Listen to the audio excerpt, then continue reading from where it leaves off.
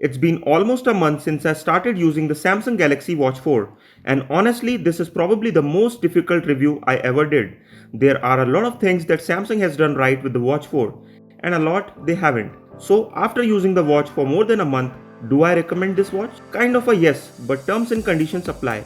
So, let's start with what I liked, why I liked it, and what's different about it, part of the Samsung Galaxy Watch 4 review. I just love the looks of the Samsung Galaxy Watch 4. Smartwatches tend to have a habit of looking like niche products. They either look too G-Shocky or too casual at times. And this Samsung Galaxy Watch 4 just looks and feels nice like a watch. While it might not have a rugged look, Samsung has cut no corners as the watch comes with Corning Gorilla Glass with DX Plus coating.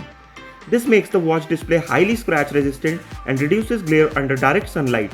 Not that it would have been a problem with the Super AMOLED display of the Watch 4 anyways. It is capable of doing 1000 nits of brightness, which, to be honest, is more or less standard on the watches in 2022. Still, to Samsung's credit, the watch offers very good visibility in the outdoor environment, and compared to GTR 3 and 245 Music, here it produces way better crisp images. One big change that has happened to Samsung Galaxy Watch 4 when compared to the previous gen watch is in the terms of the user interface. The most noticeable one is the menu style. The previous gen watch had this round menu, and older UI kind of promoted the use of touch-sensitive bezels and buttons. This new UI design feels more natural and easy to use. Weirdly, I felt this design to be discouraging the use of buttons at times. At least that's how I feel about it. You might not agree with the same. If it matters to you, then let me tell you, touch-sensitive bezels are as responsive as ever, and the haptic on them is really great. Whenever I use the bezel, I thoroughly enjoyed using it. It just feels right. Moving on to the sports tracking of the watch, you get 90 plus sports profiles on the watch. Some profiles are way more polished, others not so much. Let's talk about them. I perform 3 activities quite often. First one is walking, the second one is running, and the third one is jump ropes.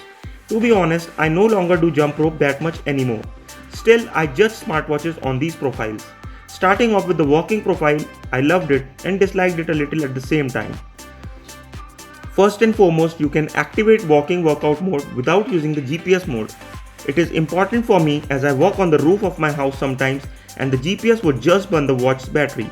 Speaking of battery, if you are charging your watch and went out for a walk without it, you will still be able to track your walks and sync them to your watch. All you need to do is grab your phone in your hand and the Samsung Health app will record your walks and sync them to the watch once you are in Bluetooth range. This is definitely a good feature to have as the Galaxy Watch 4 offers pretty average battery life, and you won't want to miss out on tracking the evening walks with your friends. The next profile that I reviewed was the running profile available on the Watch 4. Besides the usual running feedback offered by other smartwatches like average heart rate, max heart rate, VO2 max, and calories burned, the Watch 4 offers advanced running metrics as well. It is very useful for runners as it tracks your ground contact time, flights, up and down body movement, and a lot more. You can see advanced metrics in the Samsung Galaxy Health app. These are pretty useful metrics as it tells you where you need to improve. GPS accuracy is also spot on. The app also marks kilometer on the map and highlights your fastest kilometer as well. Being a Wear OS powered watch, you can also install the various third-party apps on the watch, and you can track and sync watch data to third-party apps like Relive, Strava, and Google Fit. Yes, it syncs your heart rate data to Strava as well. A lot of smartwatches don't do, like GTR 3. The GPS on the watch is also pretty accurate. It didn't overshoot my walking or running route as many smartwatches do. I also love the weekly summary you get on the Samsung Health app. I don't know why Samsung has hidden it deep in my page section of the app. It is pretty useful to see my active daily average minute, average sleep, average steps, and other metrics. You can also keep a log of your blood pressure and glucose level on the app. It can be useful for some users.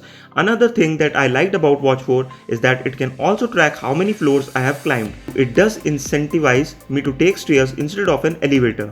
Now there are 2 things that I didn't like about this watch. The first one is the jump rope profile. I like the jump rope profile available on the Amazfit GTR 3. It can count the number of jumps, sets, and more. Compared to that, the jump profile on Samsung Watch 4 is pretty generic. Another thing that I didn't like is the automatic workout tracking. Watch 4 can detect 7 workouts automatically and you will have to be continuously doing workouts for 10 minutes for it to begin. Don't worry, it also tracks the workout you did 10 minutes prior, but it's just too late in my opinion. Most of the time, I end up manually beginning the tracking. It is helpful in case you forget, but 10 minutes is just too late, so it is good as a fail-safe mechanism for tracking workouts. I am not a gym nut, but the Watch 4 also has built-in profiles for tracking strength training. So if you want to track your arm curls, arm extensions, crunches and other gym workouts, you will be able to do that. It works, but accuracy can be a little off sometimes, but it's pretty good. Not just in sports, but the Watch 4 is also pretty good in tracking health vitals. The heart rate accuracy on the watch is pretty good. I even compared it to Garmin 245 and an oximeter. You can set it to track your heart rate continuously at 10-minute intervals or manually. The watch can continuously monitor your stress levels so that you can keep an eye on it. It can also track your blood oxygen and record your snoring while sleeping. I turned the snore detection feature off as it never detected me snoring in my 3 weeks of usage and I don't snore. This brings me to the sleep tracking of the Watch 4. It is okay if it's not something that you want to be accurate. It is pretty accurate for the most part, but the most of the time watch doesn't record the sleep accurately. There is always a 20 to 30 minutes margin of error. This is something I haven't noticed happen as often on other smartwatches. After wearing the watch for 2 weeks, it started providing me with the sleep coaching. It offers advice to help you get better sleep. It could be meditation, creating a sleeping environment and more. The watch also assigns you sleep sign, which is kind of like a zodiac sign. And it assigned me the nervous penguin symbol. According to Samsung, people with this sign are prone to anxiety, sleepless and often worry about nothing, which leads to less sleep time. I am here to tell you that the sleep symbol is correct. If you are a Samsung Galaxy Watch user, tell me your sleep zodiac sign in the comment below. The Samsung Galaxy Watch 4 also offers ECG and blood pressure tracking, but it is not available at my location, so I wasn't able to test it. Moving on to the smart features of the watch, since it is powered by Google's Wear OS, it is very deeply connected to Google OS. So you can add the watch as a trusted device that keeps your phone unlocked whenever you are near it wearing the watch. I won't recommend using it if you have kids at home or nosy colleagues. Using the watch, you can even initiate text messages and calls. There is a speaker and a microphone, so you won't need to connect any Bluetooth earphones to take or make calls. I did a call test and found performance outdoors to be inadequate, but it is good enough to be used in the grocery store or indoors while cooking. The watch also allows you to reply to WhatsApp notifications, which is a pretty great feature to have. And most apps that you install on the Watch 4 also offer custom widgets for the home screen. So you can quickly launch any app from the home screen, like I have bookmarked my favorite wearable tech channel Wearholic. While we are on the subject, please subscribe to our channel. You can also download YouTube Music and Spotify on the watch. You will need to have a premium account to be able to use the app, so do keep that in mind. Galaxy Watch 4 supports MP3 offline music playback as well.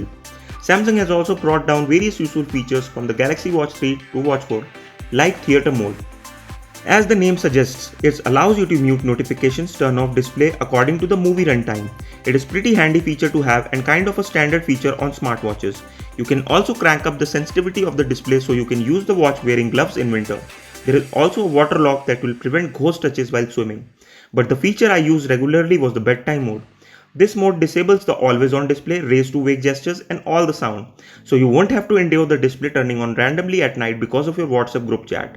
The next part of the review is watch faces. Samsung has offered some pretty cool looking watch faces. And if you are willing to spend some time, you can customize watch faces to look and work exactly as you want.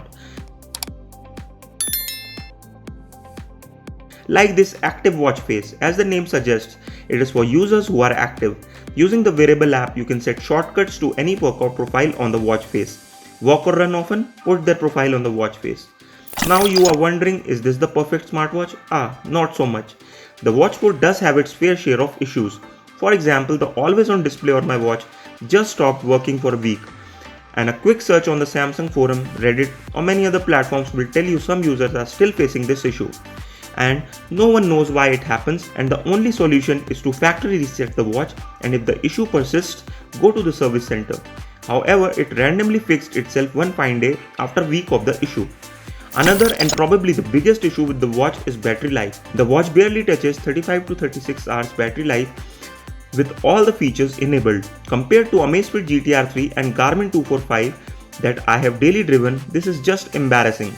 I know it has Wear OS and apps, but 1.5 days of battery on smartwatches should be the bare minimum. You might be thinking right now, is this guy overreacting? I mean, if you will enable all the features, then it will last only 30 to 35 hours. Why don't you disable some features? I did that too, and the max mileage I got was 2 days. No listening to YouTube music, no GPS for rain, no continuous HR tracking, no always on display, but at that point, what's the point, right? The watch is almost perfect and the only thing holding back is the battery life. If you don't mind having a watch that you will need to charge first thing in the morning, then you will love it. It has a great build, app support is phenomenal, and sports tracking is pretty decent as well. I don't think any smartwatch offers this many features. So that was my Samsung Galaxy Watch 4 review, guys. What are your thoughts on it? Share it down in the comment section below. If you liked the video, press the thumbs up button to show us some appreciation. Consider subscribing as we post various smartwatch in-depth reviews, comparisons and accuracy tests on our channel. See you next time.